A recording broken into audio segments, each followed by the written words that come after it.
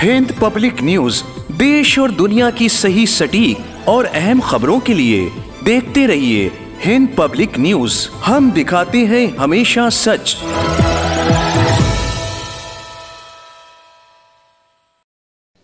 आदाब, नमस्कार। मैं सरवर हुसैन हिंद पब्लिक न्यूज़ में आपका स्वागत करता हूं, इस्तकबाल करता हूं। आइए आज हम आपको शाम की ताज़ा सूरत हाल बताने जा रहे हैं। जिस तरह से वहां बशारुल असद की हुकूमत का ख़ात्मा हो गया है, बागी फ़ौजियों ने जो है वहां पर कब्ज़ा कर लिया है। रेडियो, टेलीविज़न सेंटर्स, एयरपोर्ट्स, सब के ऊपर जो है वो कब्ज़ा हो गया है। अब किस तरह से वहाँ पर जो है वो हालात बनेंगे, आगे किस तरह से वहाँ पर हुकूमत साजी होगी या क्या होगा, इसके बारे में हम जानने के लिए आपको बात कराते हैं सीनियर सहाफ़ी और शहरनामा के एडिटर जनाब हुसैन अफसर साहब से। सन 2011 में शाम के शहर वरा से ही शाम में बशारुल असद की हुकूमत के खिलाफ बगावत का आगाज हुआ था और बिला आखिर शाम के बागी ग्रुप हयात तहरीर अल शाम HTS और उसके अलायंस का शाम के तीसरे शहर वरा पर भी कब्जा हो गया है और बशारुल असद की हुकूमत का खात्मा हो गया। ताज़ा तरीन इत्तलात के मुताबिक बशारुल असद जो शाम छोड़ चुके हैं, उनके हवाई जहाज से राब्ता टूट चुका है। कई मीडिया में उनके हवाई जहाज को हादसा पेश आने और उनके मारे जाने की खबरें चल रही हैं, लेकिन अभी तक इस खबर की तस्दीक नहीं हो सकी है। वहीं शाम में तख्ता पलट के बाद अवाम में भारी जोश व खरोश का माहौल देखा जा रहा है और लोग न सिर्फ एक दूसरे को मुबारकबाद दे रहे हैं, बल्कि जश्न का सा माहौल है। बागी इत्तेहादियों ने जल्द ही शाम पर इक़्तिदार की भागदौड़ संभालने की बात कही है। इसी बीच शाम से बड़ी तादाद में लोग अपने अपने घरों को छोड़कर जाते हुए भी नजर आए। शाम में नवासी रसूल हजरत ज़ैनब सलामुल्लाह अलैहा और इमाम हुसैन अलैहिस्सलाम की बेटी जनाब सकीना अलैहिस्सलाम और दीगर अहम मज़ार मुक़द्दसात हैं, जिनकी हिफाजत के लिए नीम फौजी दस्तों के ज़रिए आगे बढ़ने की खबरें और वीडियोज़ भी वायरल हो रहे हैं। बहरहाल हमने इस मौजू पर, इन हालात पर, इंटरनेशनल पॉलिटिक्स पर गहरी नज़र रखने वाले मुमताज़ सहाफ़ी और शहरनामा के एडिटर हुसैन अफसर और सीनियर जर्नलिस्ट व तज्ज़िया निगार आदिल फराज से बात की। देखिए, सीरिया पर ये जो मगरबी ताकतें हैं मुसलमानों के साथ, ये बहुत दिनों से लगी हुई थी और वो चल नहीं पा रहा था क्योंकि उसकी सरपरस्ती ईरान और रशिया भी कर रहा था। लेकिन अब उन्हीं ने अंदरूनी तौर से एक ग्रुप को तैयार किया था जो बागी, ये सब दहशतगर्द हैं जिन्हीं ने कब्ज़ा किया है। और उनकी सूरत हाल ये है कि इस वक्त दमिश्क की सड़कों पर लोग निकल आए हैं और छोटे छोटे बच्चों के हाथों में हथियार हैं। और ये हथियार किसने दिए? ये हथियार दिए हैं जो सीरियन आर्मी है।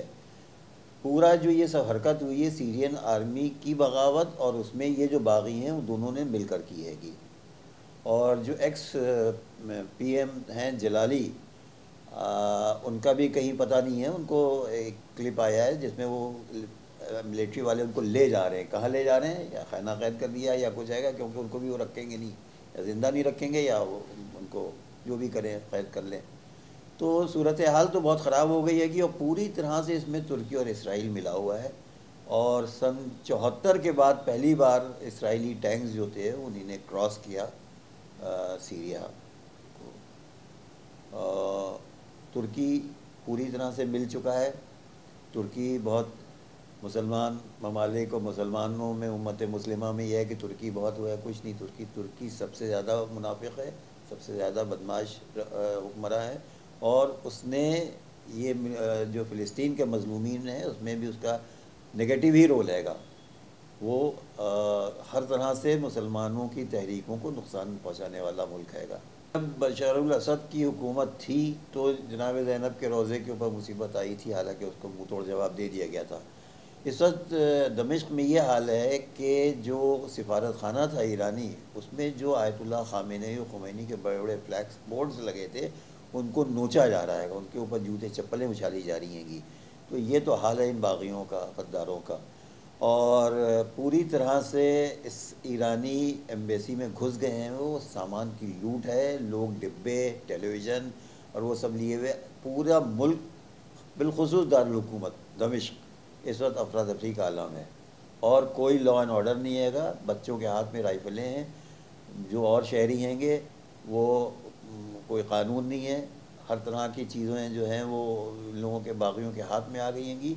अब इसमें क्या हुकूमत साजी किस तरह से होगी ये भी देखना वाकई हैगा। आखिरी मंजिल तो उनकी ईरान है ही है। असल तो मुजरिम और मुलजिम हर तरह का ईरान को वो समझते हैं, इस वजह से कि ईरान जो है वो इन लोगों की दुम पर पैर रख देता है और वो अल्हम्दुलिल्लाह वो इतनी मजबूती है कि वो खौफ भी नहीं खाता।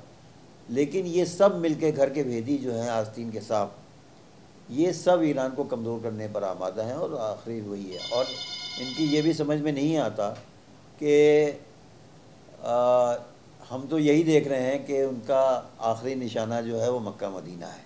देखिए, जो कुछ शाम में हो रहा है उसमें जिन ताकतों का हाथ है उससे ये साफ़ हो रहा है कि ये लोग ख़ित्ते में जो मुक़ावमती महाज है, जो गज़ा में हो रहा है, जो लबनान में हो रहा है, जो इधर बहर अहमर में हो रहा था, उन तमाम कोशिशों को और उस मज़ाहमत को रोकने के लिए तुर्की ने इज़राइल और अमेरिका और या नेटो अफवाज की मदद से ये दहशतगर्दी का वही एक मामला खड़ा किया जो इससे पहले हम लोग 2010 और 11 में ISIS दाइश की शक्ल में देख चुके थे।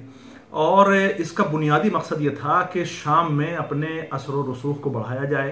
ख़ास करके पहले जो उन्होंने टारगेट किया वो उसमें जो उसके मज़ाफ़ाती इलाके थे उन पे कब्ज़ा करना था, मज़ाफ़ाती इलाकों पर। और फिर ये कोशिश कर रहे थे कि अगर 2 या 3 शहरों पर, जो बड़े शहर उनके थे, अगर हम वहाँ पे कब्ज़ा कर लेते हैं, क्योंकि पहले उधरी से वो लोग आ रहे थे और इससे पहले भी आप देखेंगे हलब में या अदलिब में वहीं के ऊपर दहशतगर्दाना वाक़यात में इजाफा हुआ था। और अब तक यानी आज की तारीख़ तक उन इलाकों के ऊपर शाम की फ़ौजें उस तरह मुसल्लत नहीं थीं जिस तरह से होना चाहिए था। कहीं ना कहीं वहाँ पे दहशतगर्द छुपे हुए थे और शामी जो अफवाज थी या जो उनको सपोर्ट कर रहे थे उनको भी मालूम है कि यहाँ से दहशतगर्दी की चिंगारी कभी भी उभर सकती थी। उस चिंगारी को शोला बनाया तुर्की ने और उनको पूरी तरीके से जो असलहा दिया गया, आप देखिए उनके पास जदीद असलहा है, वो उसी तरह की जो दूरबीन उनके पास है, जो उनके पास राइफल्स हैं, जो उनके पास टैंक है, ये अचानक तो नहीं आ गए हैं, एक ज़माने से उसकी तैयारी हो रही थी। और फिर जब ये देखा कि हम गज़ा में हमास को नहीं हरा पा रहे हैं, इधर हिजबुल्लाह को नहीं हरा पा रहे हैं, फिर जंगबंदी हो रही थी, तो इन्होंने उस सप्लाई लाइन को काटने का काम किया जो हिजबुल्लाह तक पहुंच रही थी। अगर शाम के ऊपर तकफीरी अफवाज काबिज हो जाती हैं और तुर्किया का गलबा होता है, नाटो अफवाज का गलबा होता है, तो आप देखिए चारों तरफ से लबनान घिर गया फिर। और बाज़ अफराद आप देखिए हिंदुस्तान में भी लोग जश्न मना रहे हैं जो मुसलमान, इसलिए कि मुसलमानों के हाथ में जब बंदूक आती है, जब ताकत आती है, तो फिर ये जुल्म और दहशतगर्दी से बाज नहीं आते हैं, वो चाहे किसी भी मुल्क में हो। हिंदुस्तान में भी इसलिए खुशियां मना रहे हैं। आप अगर बशरुल असद को ईरान सपोर्ट करे तो आप कहेंगे कि नहीं, ईरान ने जो है वो शाम को तबाह कर दिया और बर्बाद कर दिया। अगर वही सपोर्ट किसी दूसरी हुकूमत को, अमेरिका कर रहा हो, इजराइल कर रहा हो, तो आप उसकी बड़ी तारीफें करते हैं। तो आप एक मौक़िफ़ इख्तियार करिए ना कि आप मुसलमानों के साथ हैं, आप इस्लामी जो मोमेंट है उसके साथ हैं, या आप अमेरिका और इजराइल की मदद से जो मोमेंट खड़ा होता है उसके साथ हैं। इससे ये अंदाज़ा लगाया जा सकता है कि आने वाले वक्त में जो वहाँ पे मकाम मुक़द्दसात हैं उसको ख़तरा लाहक हो सकता है। देखिए, बड़ा अच्छा सवाल ये है। अगर बाज़ लोग ये कह रहे हैं कि नहीं ये तो ISIS नहीं है, उसकी बदली हुई शक्ल नहीं है, यानी जो ये इस वक्त लोग खड़े हुए हैं जौलानी और ये लोग, ये सब ISIS के लोग हैं, उसी घरों से निकले हुए लोग हैं, चेहरे बदले हुए हैं, नाम बदले हुए हैं।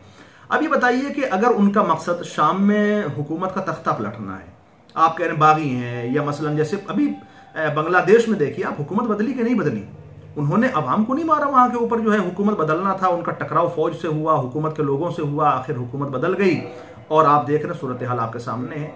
ये पहली फुर्सत में ये कहते हैं कि हम करबला पे जाके कब्जा करेंगे, हम सैयदा ज़ैनब के रोज़े को मुनहदिम कर देंगे। तो इसका मतलब ये है कि आपका मकसद शाम में हुकूमत का पलटना नहीं है, आप आए हैं करबला पे कब्जा करने के लिए, आप आए हैं नजफ पे कब्जा करने के लिए, आप सैयदा ज़ैनब के रोज़े को मिसवार करने के लिए आए हैं। अब इन्हीं लफ्ज़ों को आप पलट दें, इन्हीं जुमलों को आप पलट दें। इनका मकसद करबला पे कब्जा करना वो तो शुरू से इनकी कोशिश रही है, जब से वहाबियत और तकफीरियत का फ़रोग़ हुआ है।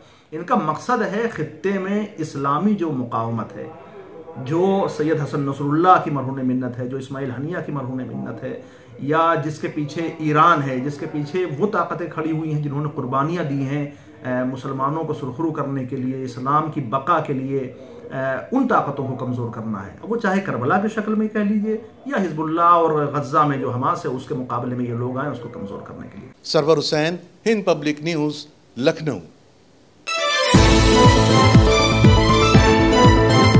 हिंद पब्लिक न्यूज़ देश और दुनिया की सही, सटीक और अहम खबरों के लिए देखते रहिए हिंद पब्लिक न्यूज़।